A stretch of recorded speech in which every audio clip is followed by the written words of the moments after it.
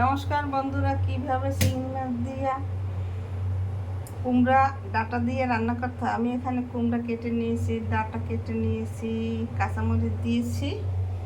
এখানে কড়াইতে চিংড়ি মাছ দিয়ে হলুদ আর লবণ দিয়ে এটাকে শোতলাতে হবে।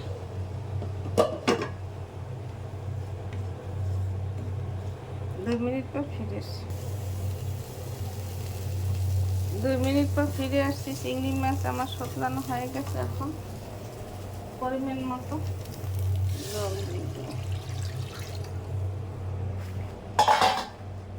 জলের মধ্যে কুমড়া দিয়ে দিলাম।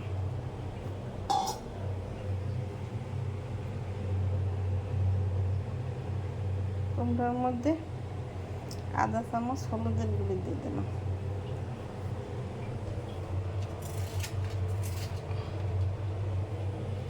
এক চামচ লবণ দিয়ে দিলাম।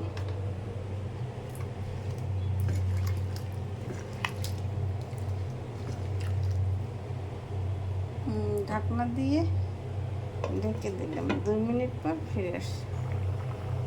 2 মিনিট পর ফিরে আসছি। কুমড়ো প্রায় সেদ্ধ হয়ে আসছে। একটু পরেই ফোড়ন দেব।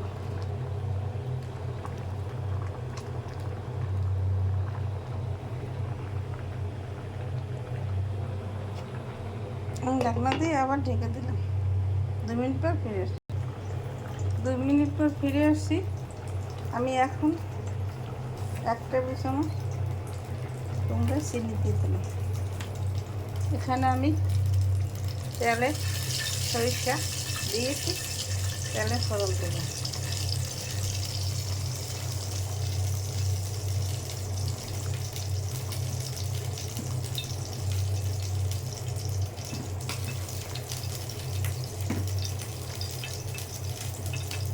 দুই মিনিট পর ফিরে আসছি। 2 মিনিট পর ফিরে আসছি। তেলে আমি সরিষা ফোড়ন দিয়ে নিলাম।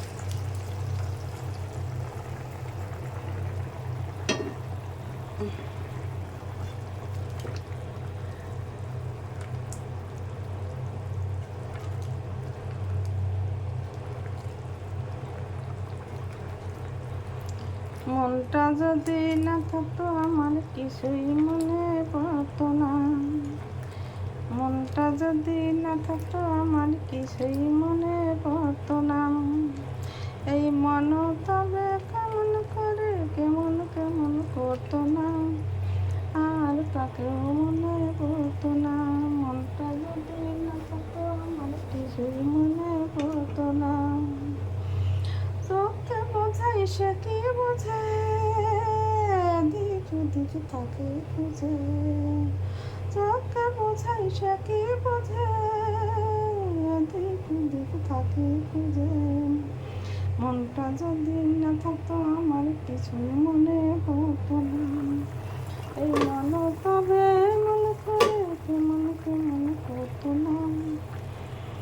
ঝর্ণা ছিল জীবন আমার, এখন সে তো চোখের জল।